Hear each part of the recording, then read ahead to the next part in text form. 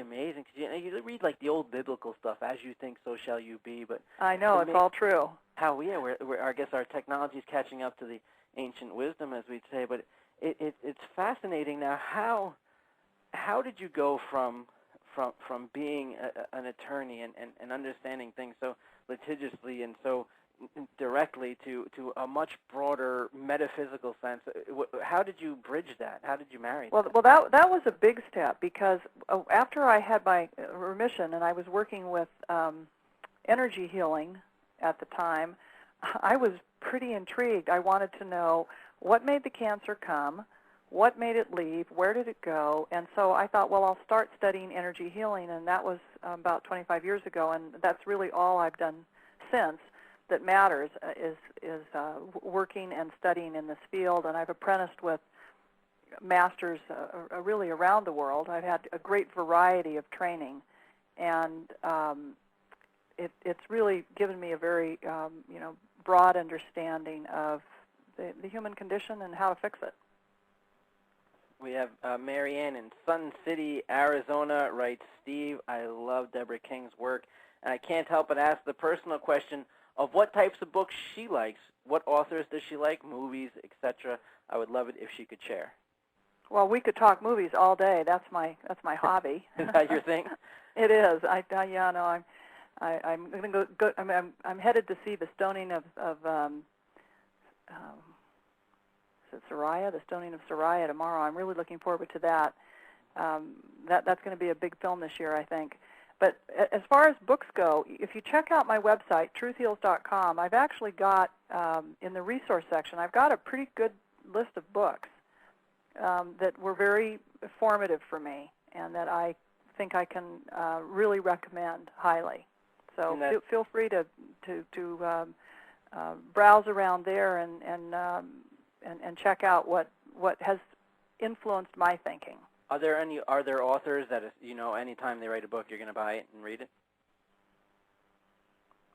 Yeah, I would say that's probably true. Judith Herman, who's a psychiatrist who writes very movingly on and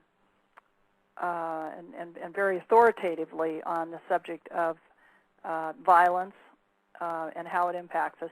She's probably one of my favorite authors.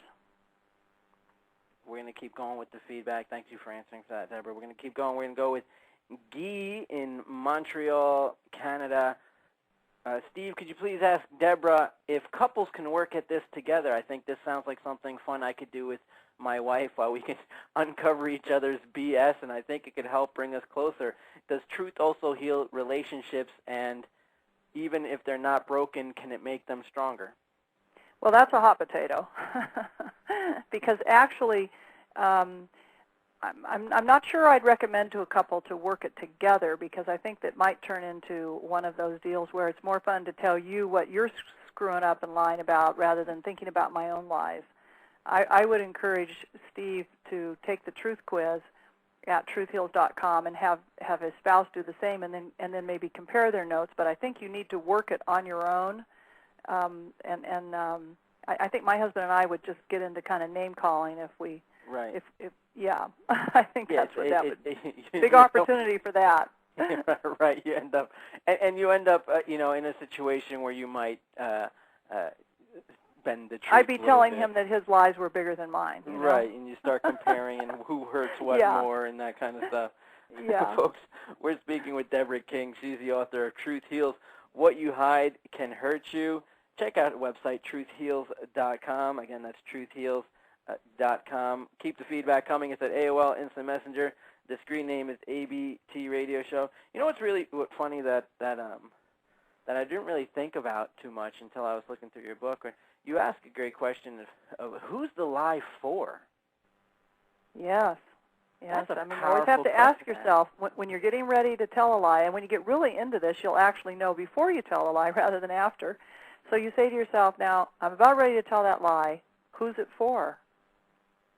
Especially the lies we tell ourselves. I mean, who are we kidding? Who are we protecting from the fact that, I told myself a lie till I was 30 that I had a loving mother. Well, actually, my mother did very little to protect me. Now that I'm older, I understand that she was a product of her own upbringing and that she was probably doing the best she could at the time as a young woman, trying to figure out what to do. But the fact is, I lied to myself as a child and as a teenager that, she was a loving figure in my life, and actually she wasn't at that time. She is now. So it's always best to be truthful, really truthful with ourselves, and say, why am I kidding myself about this? Why can't I admit to myself that, that I was at fault in the marriage, or, whatever the lie is? It's funny how much where people go with this is amazing. For instance, Rocco, if your name is Rocco, of course you live in Concordia, New Jersey. That's where all Roccos live. Rocco in Concordia writes, Steve, please ask Deborah King the role truth plays in facing fears. I'd like to answer that, Rocco, by just switching it around and having it go the other direction.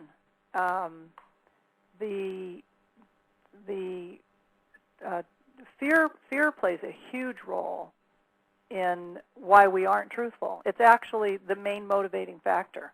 And I think it's interesting that you've zeroed in on it. So that's quite an insight on your part, because there are really only two forces in the world. One is love and the other is fear. And anytime something's not right, and of course whenever we're lying, something's not right, it's because we're afraid. We're afraid of losing something, and that's the source of all lies, is we're afraid of losing love. Love, approval, standing, it's all the same stuff, it's love, and that's what we're afraid of, and that's why we lie. So we go to manipulation instead, and that comes out in form of lies? Yes, uh-huh. Huh.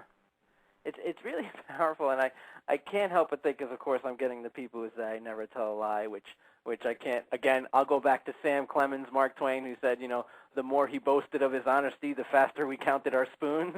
It's the people who say I never tell a lie. Where do you get these terrific quotes? Oh, I'm a huge Mark Twain buff, so I have like a I gathered. Quote books from Pudd'nhead Wilson's calendar and all that, which is just genius. And he said this. Yeah. And anytime I hear that, and anytime I hear someone say about how honest they can be without these type of stories, without these types of work, to run for your life. It's amazing. Hey, Steve, can I throw out one more thing to Rocco, just for fun here? Because he said he was from New Jersey, and interestingly enough, I was interviewed by the Star-Ledger, which is the main newspaper in New Jersey. Yeah. Just this morning. On the subject of, just a little off topic, but on the subject of jokes in the workplace, and the way we got to that was Star-Ledger saw a piece that I'd written, I think it was in Psychology Today, about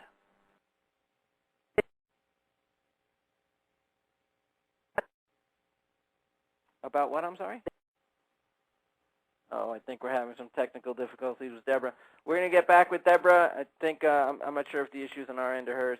But you're listening to Empowered Living, Life, the Truth, and Being Free. I'm your host, Steve Maraboli. We're having a great conversation with Deborah King. She is the internationally best-selling author of Truth Heals, What You Hide Can Hurt You. Folks, make sure you check out this book. Check out her website, truthheals.com. There's a cool quiz you could take on there. You could also check out DeborahKingCenter.com. If you're listening through our website, just click on her name, and it'll take you right to her website. Again, we're talking to Deborah King about a new book, Truth Heals, What You Hide Can Hurt You. We still got another segment left with Deborah. We'll try and get the kinks worked out. You're listening to Empowered Living, Life, the Truth, and Being Free. We'll be right back.